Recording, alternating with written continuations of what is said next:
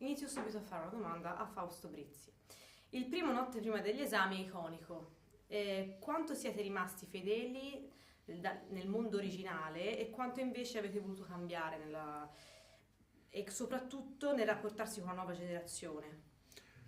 Abbiamo cominciato a lavorare a questo film prendendo i personaggi di Notte prima degli esami, che Ok. erano degli archetipi, l'alunno che aveva l'ansia per l'esame perché forse non ce la faceva, la professoressa cattivissima, l'amico un po' cazzaro, la bella della scuola.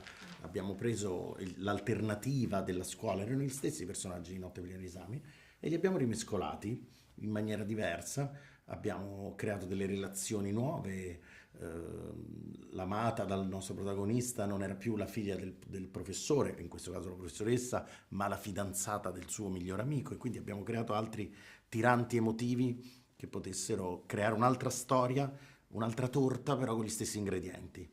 Perché era cambiato il mondo e quindi potevamo avere anche qualche ingrediente in più esotico, che in questo caso si chiamava social, intelligenza artificiale. C'erano degli ingredienti che non potevo avere nel film originale.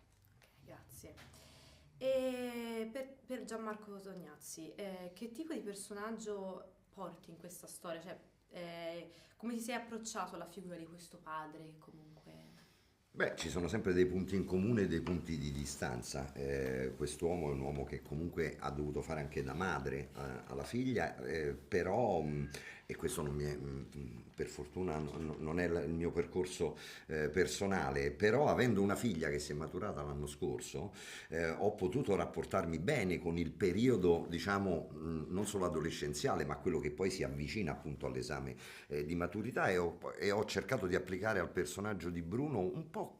Ho trovato delle attinenze già in scrittura con quello che era un percorso personale che avevo fatto io, cioè la riscoperta di quello che era stata i miei anni della maturità, no? Far capire come dire, a una generazione digitale quanto noi eravamo nell'analogico con degli schemi di relazioni completamente diverse, che è un percorso anche della memoria, oltre che nostalgico, che secondo me è utile a dargli gli strumenti per poter, conoscendo il passato, valutare meglio il presente e forse programmare meglio il futuro. Voi ve la ricordate la vostra prima notte degli esami? Me la ricordo come perché era un anno molto complicato per me, ero andato poco a scuola e quindi era una rimonta, cioè ero stato ammesso per il rotto della cuffia e sapevo che avrei dovuto fare un grandissimo esame di maturità. E l'ho fatto abbastanza, quanto bastava per essere promosso.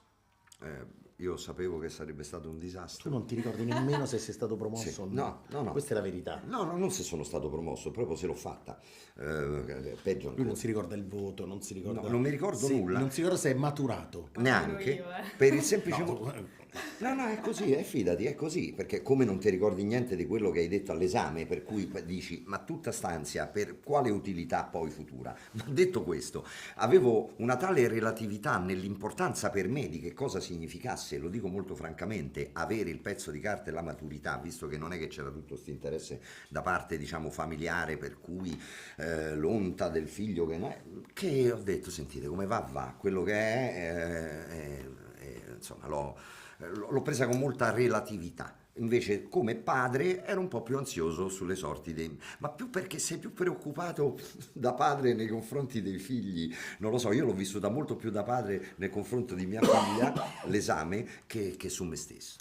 Cosa direste alle generazioni che oggi devono affrontare l'esame di maturità?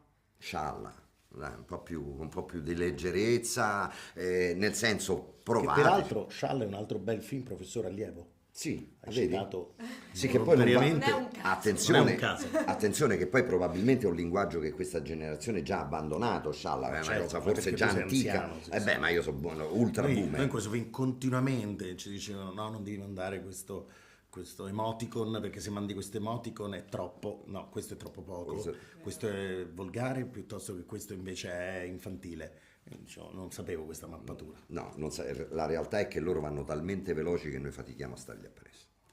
Cosa sperate porti questo film una volta usciti dal cinema, le persone, soprattutto i giovani? Un po' di leggerezza su un argomento serio com'è crescere, com'è il divario generazionale.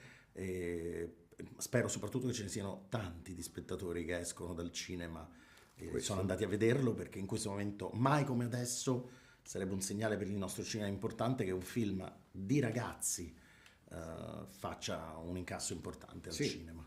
Questo è molto importante, perché spesso si accusa il cinema di non raccontare nel presente quelle generazioni, no? E loro di non ritrovarsi in storie che li rappresentano. Io spero che questa storia li rappresenti chiaramente in un, come dire, in un ventaglio che sono talmente diversi tra di loro che non riesci a coprire tutto.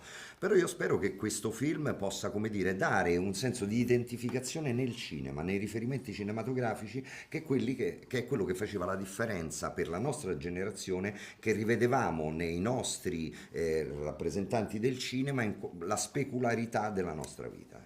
Perfetto, grazie mille. Grazie a te.